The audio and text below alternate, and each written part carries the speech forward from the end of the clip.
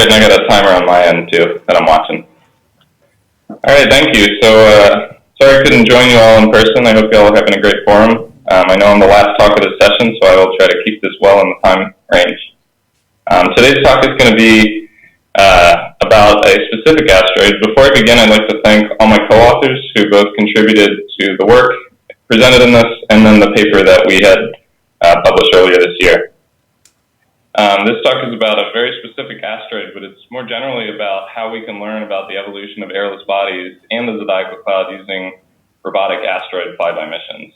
Additionally, eccentric asteroids like this one undergo different degrees of space weathering compared to their circular analogs, and so I'll briefly touch on that. So next slide, please.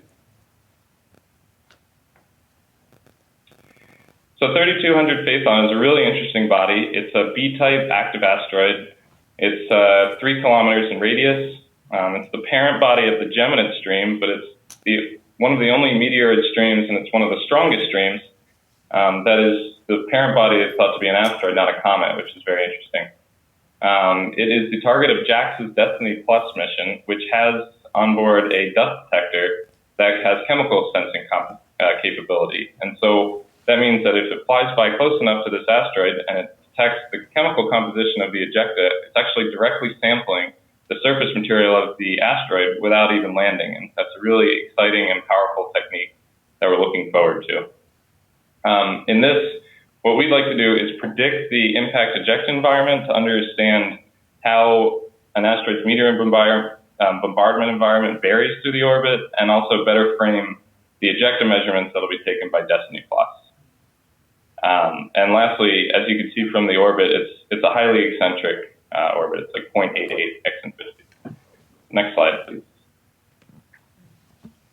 One of the interesting things that we have to assume, but that we can learn by going to the asteroid, is the Ejector Yield. This governs both how much material is eroded from a body due to impact, and that material for asteroids is then contributed to the zodiacal cloud and re-impacts other bodies.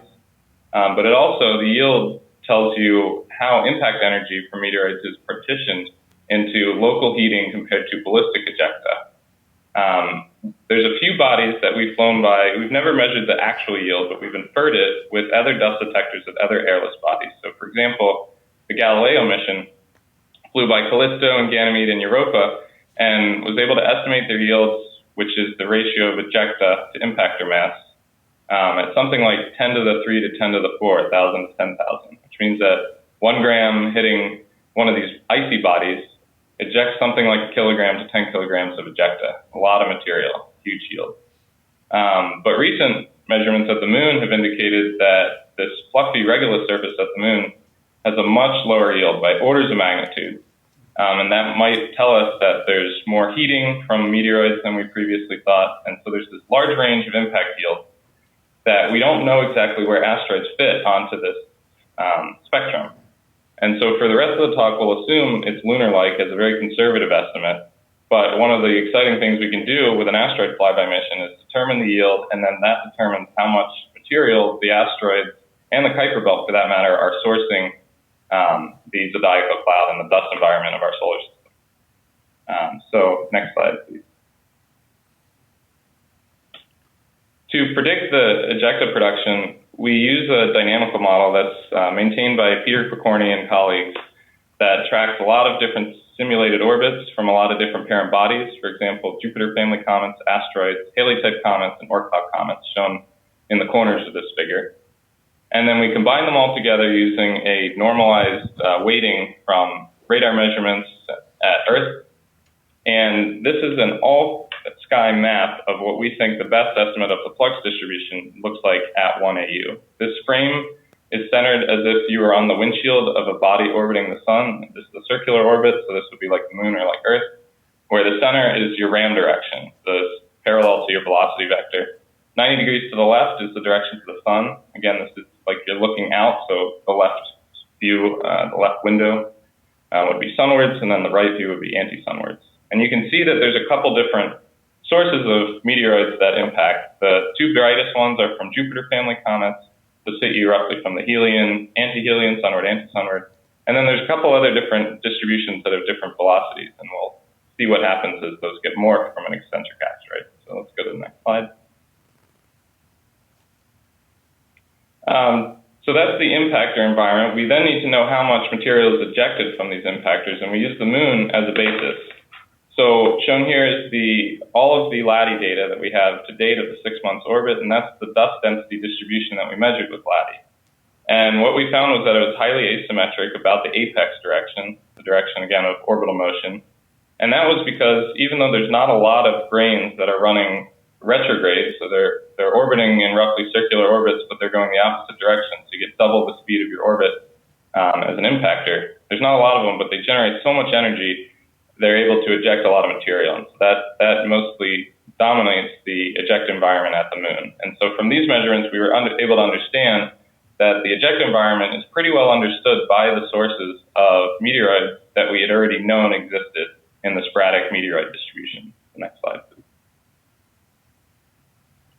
From there, we need to know how they're ejected from the body, and so we measured and inferred an altitude dependence from the moon, and so we then apply this to asteroids. And so we found it was an exponential distribution at the moon, and we use the same, we can take this, and then in the next slide, please, we invert the altitude distribution, and we get a speed distribution, and that tells us now how fast, and of how many at each speed particles are ejected from a body. Next slide, please. So we take all those lunar measurements, we take the dynamical model, we put them all together, and I just wanted to lay out the assumptions on how we calculate this eject environment. So we assume production of ejecta is identical to the moon. We assume it scales like existing measurements. It's something like the flux times the energy to an exponent of the impactors. We assume it has a power law distribution that extends down to 50 nanometers in radius. The grain density is some nominal silicate. For an asteroid that we model, especially this one, gravity is negligible compared to the moon. And so we assume all ejecta is unbound. And lastly, radiation pressure is negligible. So let's go to the next slide, please. And you can skip that one as well. Next slide, please. So one of the big differences and main differences for a circular orbit is this is just if we were to take what we learned at the moon and apply it to an asteroid, this is what the ejecta density distribution would look like. Instead of an exponential, which had to do with how gravity is pulling back down on that ballistic ejecta, we have something like Coulombs Law, it's 1 over r squared, and we get this nice lily pad looking structure where most of the ejecta is in the up direction, which is apex. That's from those fast impactors. So now what we want to do is take this nice circular case and then see what happens when we have this highly eccentric wild orbit flying through the meteoroid environment. So next slide, please. So on the right in the top is the flux map from before. It's this nice symmetric flux map from a circular orbit. And then on the left is the flux map we would infer or guess that Phaethon is experiencing. And so you can see it's highly morphed. The biggest color blob, if you will, on the bottom left of the Phaethon is that helium source on the left in the circular. But what's going on is that Phaethon is ramming into that helium source. It's got a much higher radial velocity towards the sun, and so it's running into particles that are going outbound. And so it gets accentuated there. And then these two central peaks that are in the center of the map on the right, they get moved a little over to the left again because of the vector addition. And all this is to say that instead of the circular case where the flux varies by maybe an order of magnitude or two, for Phaethon, it's highly asymmetric and it varies, the flux varies many, many orders of magnitude, something like 6 orders of magnitude. So let's go to the next slide. So we can take the flux and the speed and predict what our eject environment looks like. The bottom right is now the nice lily pad for a circular orbit. The bottom left is Phaethon's orbit. And now instead of most of the ejector production being dominated by the apex and it's going out in front of the asteroid, now most of the ejector production is at 1 AU, is heading towards the sun because it's ramming into the dust so much faster on that side. So let's go to the next slide, please. So we can take those measurements and those predictions, and then we can fly Destiny Plus through it and make some predictions on what kind of structure we think we would see. And so shown in it's maybe a little hard to see for the darker lines, but the lower lines are flying kind of behind on the anti-sunward side. This frame, the sun is to the left, apex is roughly in the vertical up direction. Sun is minus X direction.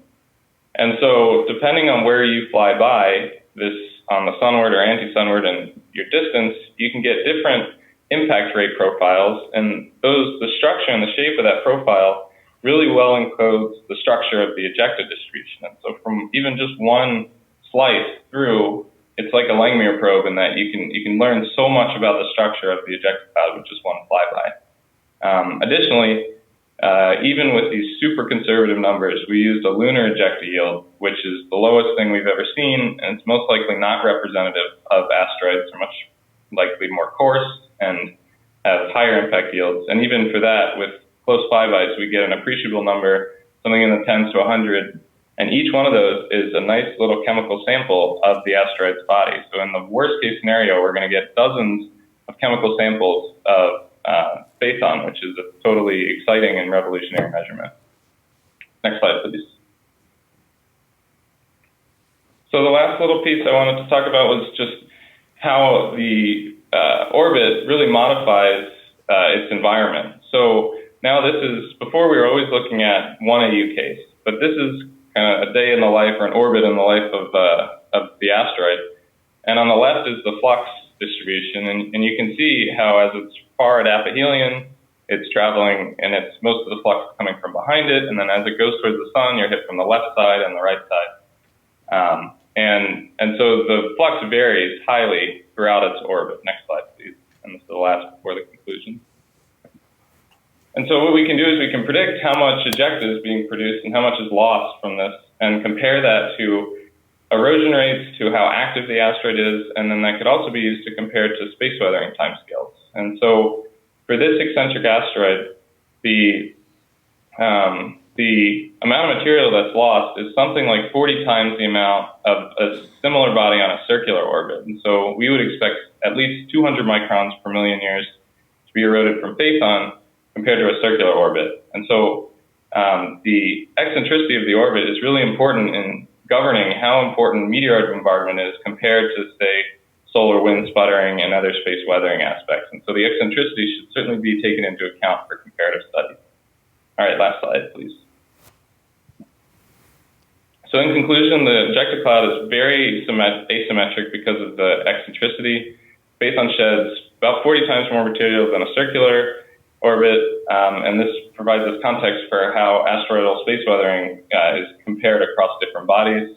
And we would expect Destiny Plus to reveal, with even just one flyby, what an asteroid's impact yield looks like, what the regolith composition is and the composition of a B-type asteroid, and it would allow us to test our models of the zodiacal cloud. And so we have this in a paper that came out earlier this year, and with that, I'm happy to take any questions. Thank you.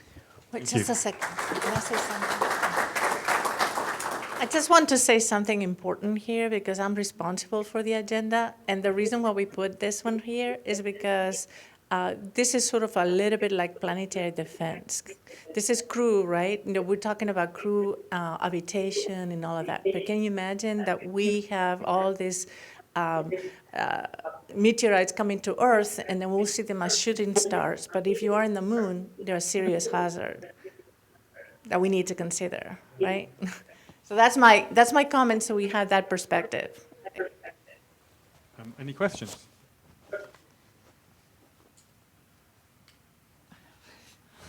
I didn't mean to shut everybody up, but I just wanted to say that from that perspective, you have to consider that, okay? So it's just so it makes sense in the agenda also as the habitation. Yeah. All right. Well, if no questions, can we just thank the speaker one more time? All right, thank you, everyone. Okay, so that's the end of the session. We have a 15-minute networking break. If you're quickly on your computers, the SpaceX is 27 seconds into launch, if you want to watch that.